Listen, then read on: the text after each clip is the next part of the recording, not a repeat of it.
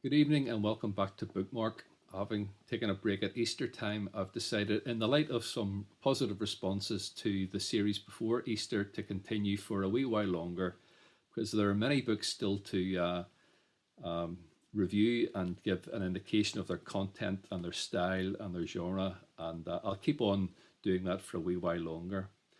Tonight's book is entitled The Business of Heaven, daily readings from C.S. Lewis, Clive Staples Lewis, who himself preferred to be called Jack Lewis, but he's better known as C.S. Lewis. And this is a selection of writings from his very many books, but most of them are about Christian apologetics because that's how he has become probably most famous. Although for younger people, he is famous from writing the 7 Narnia Chronicles, The Lion, the Witch and the Wardrobe, probably being the most famous, made into film, along with others in the series, as Lan, who is the lion who represents Christ in a different world. And he also wrote a series, a trilogy of science fiction novels. This is the first one, called Out of the Silent Planet. And I think this was used as old O-level or GCSE English course or curriculum some years back. So he writes in different genres. I'm very fond of C.S. Lewis, and it's quite autobiographical or personal to me because he was born in Belfast in 1898. His father was a solicitor. He was educated for a term in Campbell College, and then he moved to England where he was privately tutored. He didn't enjoy great health, but he had a magnificent intellect and imagination. And probably what I like about him most is that he is what I would call a philosopher of the imagination, and he takes all his great learning in English and world literature, studied classics, got a double first from Oxford in England years ago, and he put that all to use, not just in academia, but also writing for a kind of popular wider audience. And probably in the 30s, 40s, and 50s became the most famous Christian apologist. And a Christian apologist is someone who works on the kind of boundary line between the Christian faith and the church, but also the wider world. And those people try to make connections from one world to the other or one sphere to the other. So at a popular level, not as a professional theologian, but as an amateur theologian, but a very profound one, C.S. Lewis did a great job in helping people come back to faith, or even help to invoke or provoke them into faith in the first place. One of his books is called Surprised by Joy, which was written halfway through his life, autobiographical about his journey from atheism to faith. And he called it Surprised by Joy because, as he says, he started off on a bus journey one day. At the beginning of the journey on the bus, he was a convinced atheist, and he knew all the reasons why, intellectually and otherwise. By the time he'd finished his journey on the bus, he said that he was a convert to Christ. But he said, tongue-in-cheek, he was probably the most reluctant convert in all of England. So that gives you a little bit of his style, his insight, and his humour as well. So he's a native of Northern Ireland, but he moved to England and was famous as a tutor, a reader in Oxford for about 30 years, and then also was a professor of medieval and Renaissance literature in Cambridge in the last decade or so of his life. He died on the 22nd of November 1963, one of 3 famous people who died that day. The most famous death on that day was the assassination of President Kennedy in the US. It was also the day in which Aldous Huxley, the writer and novelist, died that day. And C.S. Lewis was the third of a kind of trilogy of people who died that day, all famous, but his death was eclipsed by the world impact of President Kennedy being assassinated in such stark circumstances and tragic circumstances. This is the book, and I'll read a selection from it in just a few moments, but just to say or point out 2 more things. There is an excellent biography, one of several, called The Authentic Voice by William Griffin. It gives you a picture of what C.S. Lewis himself looks like. And there's also a book called The Inklings by Humphrey Carter. And this is about C.S. Lewis, J.R.R. Tolkien, and Charles Williams. Amongst other people, there was a group of about 19 all men, all academics who lived and worked in and around Oxford, and they were good friends. They called themselves the Inklings for two words. Inkling, as in they all dabbled in ink and writing, because in those days most people probably wrote by pen, by hand still, as well as typewriter, well before computers came on board. But also the Inklings has a kind of double entendre. They had a kind of inkling, a kind of intuition about the truth of God in Christ, or at least God working through literature and culture and all of that. So they were all profound academics. They used to meet in a pub called the Eagle and Child, or they called it the Baby and Bird.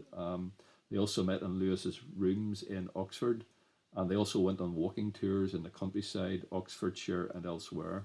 So that's a worthwhile read. All of the books I've held up tonight, including this one I'm majoring on tonight, are probably best sourced on the internet through secondhand book resources, and you'll probably pick up these fairly easily for very little. The reason why I'm especially attached to this book is that at the very same time that I was doing a science degree and wasn't a very good or committed scientist, I was probably spending more time reading Christian literature, scripture, and C.S. Lewis was probably the one who sparked my imagination most. And this book was especially a good companion in those years. The tragedy is I lost my original copy, and it was only about 2-3 years ago that I picked up this other copy through the library of a late deceased colleague, and his wife was generous enough to let me browse and pick up. So I picked up a copy by a roundabout route of a book that I had once had and lost in transit, or maybe lent and never got back. So it's good to be reacquainted with an old friend. It's a selection of writings. It's a selection for one day of each year of the year, from the 1st of January to the 31st of December. So it's an easy read to dip into. Most entries are about a page or less. Very arresting, very imaginative. But one or two things to say. Lewis wrote several decades ago, so some of his language is a bit dated. He uses men when he means people. Some of his views or opinions aren't entirely PC. And there is a feeling of belonging to his generation, a generation now past. Most of his ideas transfer perfectly well to today, full of insight and inspiration, but some of them don't last as well as others do. And also, and I'm going to quote from at the moment, my favorite practice, as with other people when they're kind of quoting from literature or doing reviews of this sort, or writing papers or books, is to quote the original source as is.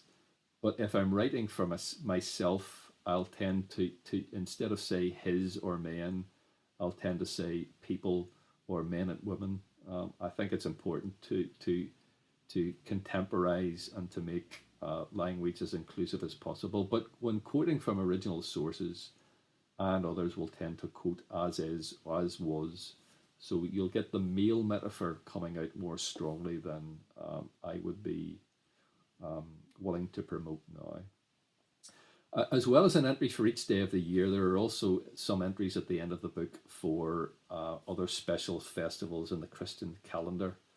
So there's more than 365 entrances. There are several more beyond. But it's probably the best way to dip into C.S. Lewis's corpus of writings. And if you can pick up a copy, it's well worth a read. It's still very dear to me.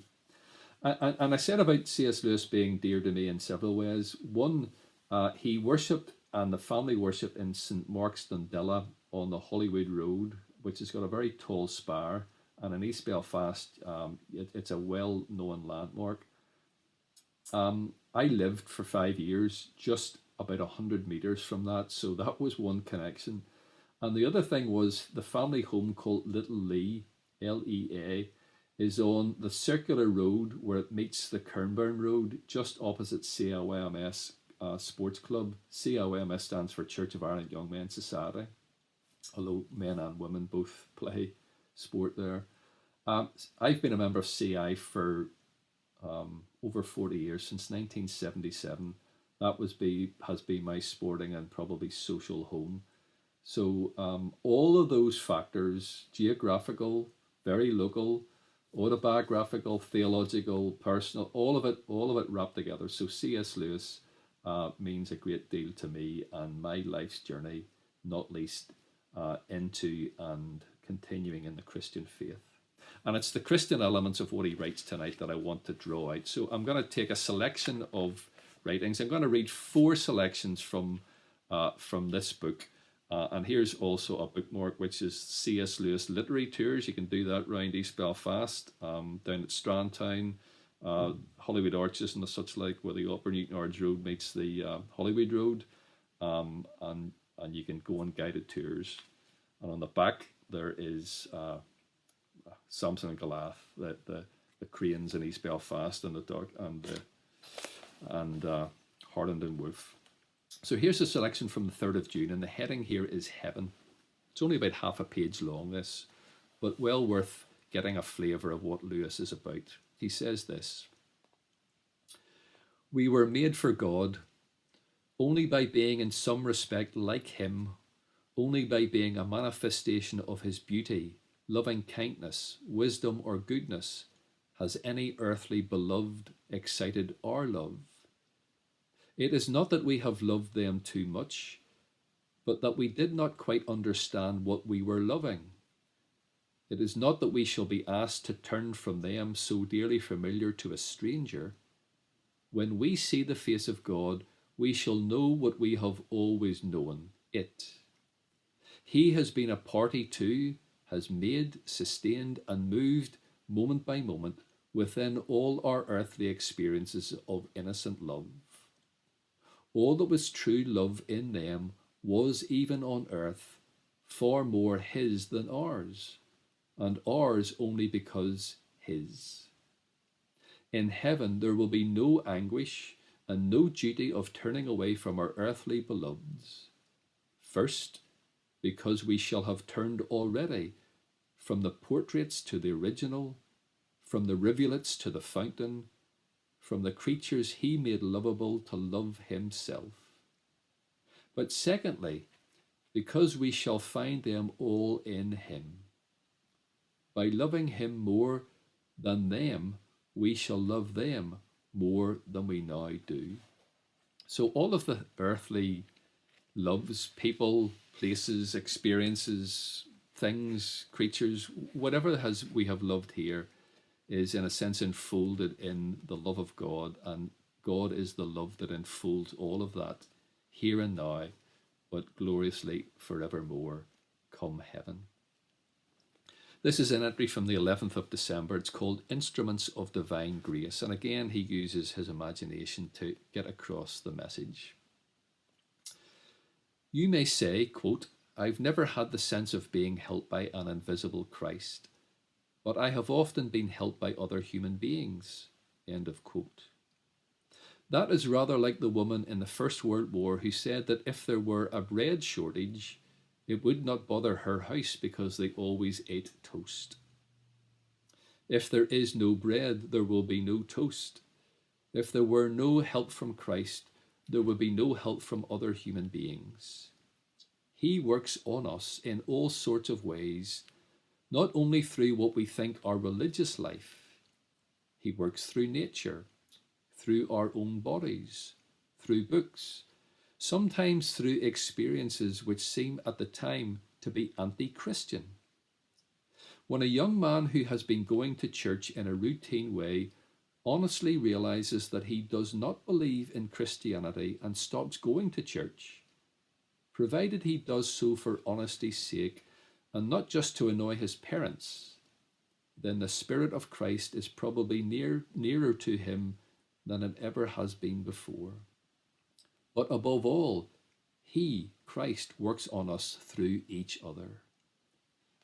Men are mirrors or carriers of Christ to other men, sometimes unconscious carriers. This good infection can be carried by those who have not got it themselves. People who were not Christians themselves helped me to Christianity, says Lewis. But usually it is those who know him, Christ, that bring him to others. That is why the church, the whole body of Christians, showing him to one another, is so important. And then following on from my theme on Sunday past when I was preaching, love is not the same as nice. Here is what Lewis says, 2 entries, the 15th of December and then the 16th. This is called Natural Gifts Are Not Enough. He says, if you are a nice person, if virtue comes easily to you, beware. Much is expected from those to whom much is given. If you mistake for your own merits what are really God's gifts to you through nature, and if you are contented with simply being nice, you are still a rebel. And all those gifts will only make your fall more terrible, your corruption more complicated, your bad example more disastrous. The devil was an archangel once. His natural gifts were as far above yours as yours are above those of a chimpanzee. But if you are a poor creature, poisoned by a wretched upbringing in some house full of vulgar jealousies and senseless quarrels, saddled by no choice of your own with some loathsome sexual perversion, nagged day in and day out by an inferiority complex that makes you snap at your best friends, do not despair. He knows all about it. You are one of the poor whom he blessed. He, God, knows what a wretched machine you are trying to drive. Keep on. Do what you can. One day, perhaps in another world, but perhaps far sooner than that, he will fling it on the scrap heap and give you a new one. And then you may astonish us all, not least yourself, for you have learned your driving in a hard school. Some of the first shall be last, and some of the last shall be first, and some of the first will be last. Well read, Alan. And now the last one. Nice people are new men. This is the last entry. Niceness, wholesome, integrated personality is an excellent thing. We must try by every medical, educational, economic, and political means in our power to produce a world where as many people as possible grow up nice, just as we must try to produce a world where all have plenty to eat. But we must not suppose that even if we succeeded in making everyone nice, we should have saved their souls. A world of nice people, content in their own niceness, looking no further, turned away from God, would be just as desperately in need of salvation as a miserable world, and might even be more difficult to save. For mere improvement is not redemption, though redemption always improves people even here and now, and will in the end improve them to a degree we cannot yet imagine. God became man to turn creatures into sons, not simply to produce better men of the old kind, but to produce a new kind of man. It is not like teaching a horse to jump better and better, but like turning a horse into a winged creature. Of course, once it has got its wings, it will soar over fences which could never have been jumped, and thus beat the natural horse at its own game. But there may be a period while the wings are just beginning to grow, when it cannot do so. And at that stage, the lumps on the shoulders, no one could tell by looking at them that they are going to be wings, may even give it, in the meantime, an awkward appearance. So a little sample of C.S. Lewis, and you can see the sense of imagination he brings to his writings and his ways of articulating our relationship to God. But the last one in particular give you a flavour of using men as a synonym for human beings, all of us. So there we are. The book is called The Business of Heaven, Daily Readings from C.S. Lewis, edited by an Anglican clergyman called Walter Hooper. It's a sample of C.S. Lewis's Christian writings, not so much his science fiction writings or his children's writings, but well worth a read. And I hope that that's given you just a little sample of C.S. Lewis and just how imaginative, creative, a wee bit dated, yes, but nonetheless one of the great 20th century Christian apologists, trying to connect the skeptic, the unbeliever, the half committed into a fuller, richer belief in Jesus Christ. Thanks for tuning in, and we'll meet again next week when I have another suggestion for Bookmark, a book that you may want to borrow or to buy, or at least to have some idea what it's about. So thanks for listening, good reading, and every blessing. Bye.